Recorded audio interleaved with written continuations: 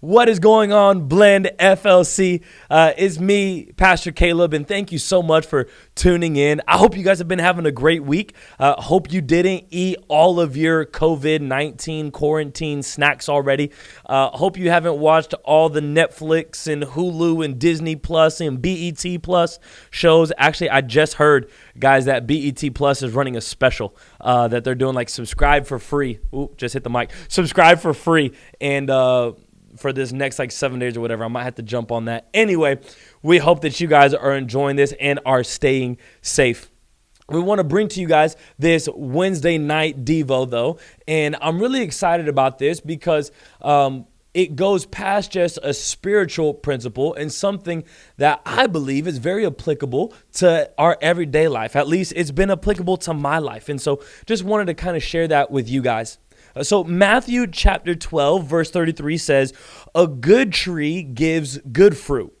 A bad tree gives bad fruit. A tree is known by its fruit." Okay, stupid clip art of fruit here. Looks great, doesn't it? Fruit. A tree is known by its fruit. You know, when I think of this verse, it makes me think of when I was first dating my wife, Liz, who is way out of my league. But whenever I was first dating her, you know, I'm sure I used the same lines like every other guy of, nah, I'm going to show you I'm different. Nah, it's going to be different with me. I'm going to take care of you. Using all that talk and all that stuff. And now my wife, Liz, she has a little bit of an attitude on her. She's spicy. And so she would say, we'll see. And she'd just roll her eyes at me. Now, she's 5'0", so she'd kind of have to look up at me like that. But she 5'0", she said, yeah, we'll see. And it just made me think of, she was waiting to see if my actions actually matched my words. If my actions matched my words.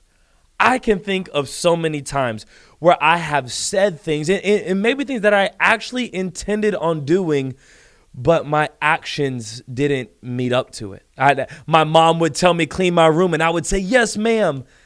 And I would not clean my room. I would stay on a video game, or I would go out instead. Or maybe for me at my house, I had to do dishes with my parents, for my parents. And if I didn't do those dishes, man, I said I would, but then my actions didn't match the things that I was saying. Man, it makes me think too. I've said I want a relationship with God, and there's been times where I genuinely did want to, but my actions didn't show that I wanted to. Have you ever used or heard the term that actions speak louder than words? I have. And I think that there's a lot of truth behind that actions speak louder than words.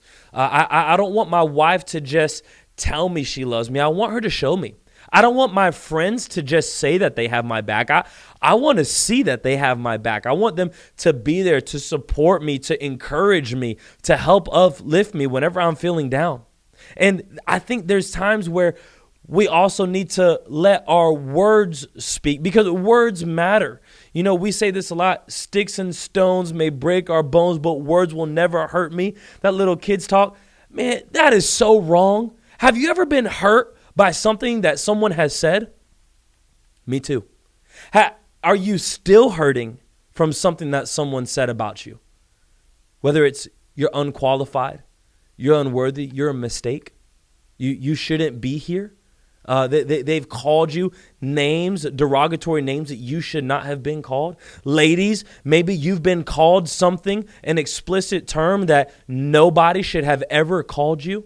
That kind of stuff hurts. So it's not just what we say, and it's not just what we do that matters. It's what we say and what we do. They go together. It's not if or, it's both and. They both make a difference. So a good tree gives good fruit. A bad tree gives bad fruit. A tree is known by its fruit. When our words match our actions, we get the desired result. We get that end game that we wanted to have. And that can go in many different ways. So when it comes to school, when my words of man, it's the beginning of the school year, so I will do all my homework. I'm not going to wait until the night before the test to study. I'm not going to wait to do the paper the night before, even though the teacher gave it to me 3 months in advance. I'm not going to procrastinate. I'm going to get my stuff done.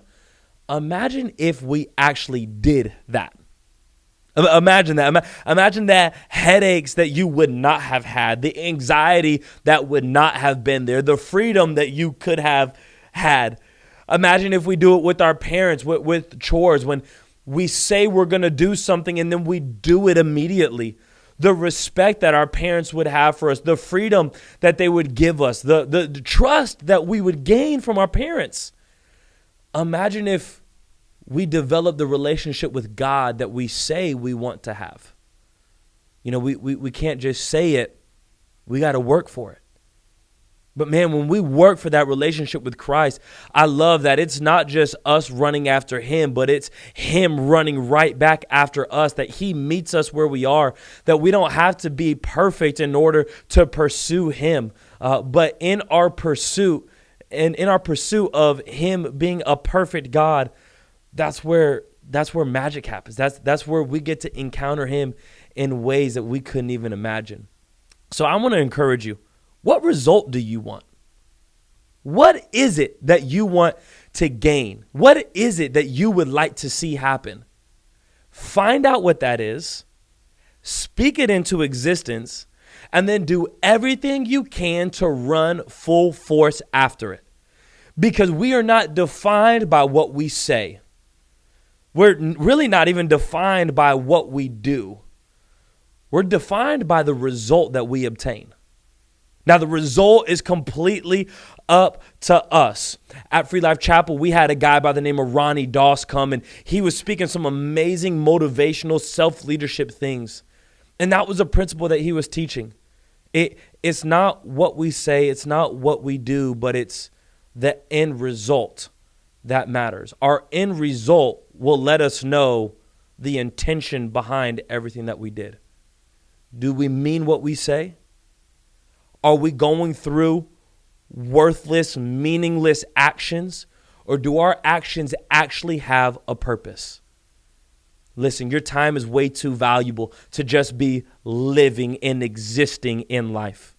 God says that he wants you to live life and life more abundantly. Let's make smart choices. Let's make intentional choices of how we're going to use our free time, how we're using being in school, because whether we want to or not, we're in school. A lot of us are. And so since we're already there, let's make the most of it. We already have chores or things that our parents ask us to do that we're going to do. So let's make the most of it. Let's give it our full effort, and let's mean what we say, not just using our words carelessly, but being very intentional with what we say. And when our words match our actions, people will be able to see the kind of fruit, the kind of product that we're producing. Man, we love you guys so much here at The Blend. Thank you for tuning in. And again, let's make this change of going from saying and doing things kind of meaninglessly to everything I say, everything I do has a purpose, because God has created you for a purpose. And when we realize that, it will alter how we do things. We love you guys so much. Thank you for tuning in. Don't forget to share this video if it's been encouraging to you or if it's been challenging to you. Comment below on whatever you've gained from this, or comment someone's name if you feel like this is something that someone else should see. And don't forget to share it. We love you guys and can't wait to see you next week for Blend Devo on our IGTV. Don't wear no shoes in my house.